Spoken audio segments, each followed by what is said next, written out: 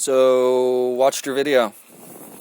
You contradicted yourself at the beginning, just so you're aware. You said possibility is based off of things that people have done. Like, I don't know, I remember a time when it was impossible for the world to not be flat, or a 4-minute mile, or to go to the moon, or things being smaller than atoms. Random things. But when it comes down to it, I reiterate from my first video, possibility has one defining factor. One. And that just means, can it happen? Thus implying an infinite scale, because it's just the possibility of whether it could or couldn't happen. And when it comes down to it, anything can happen. And probability has two defining factors. And that's second factor is generally time or space or an area of things. And just because random shit doesn't happen all of the time, that is a very thin argument.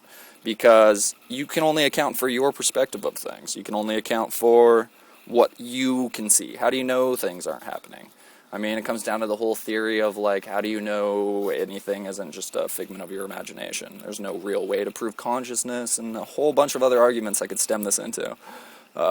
So, yeah, that's what it comes down to, is possibility has one defining factor, possible. Is it possible? Which, in a matter of sense, brings about an infinite structure to it.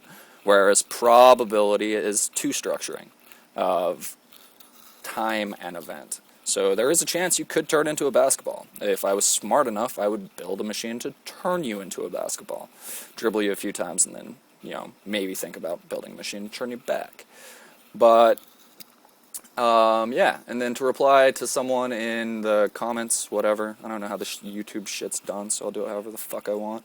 A four-sided triangle is completely possible if you were to take an indigenous group of people or one person, considering, again, it comes down to perspective of your surroundings, and raise them that a square is called a triangle, it becomes a triangle.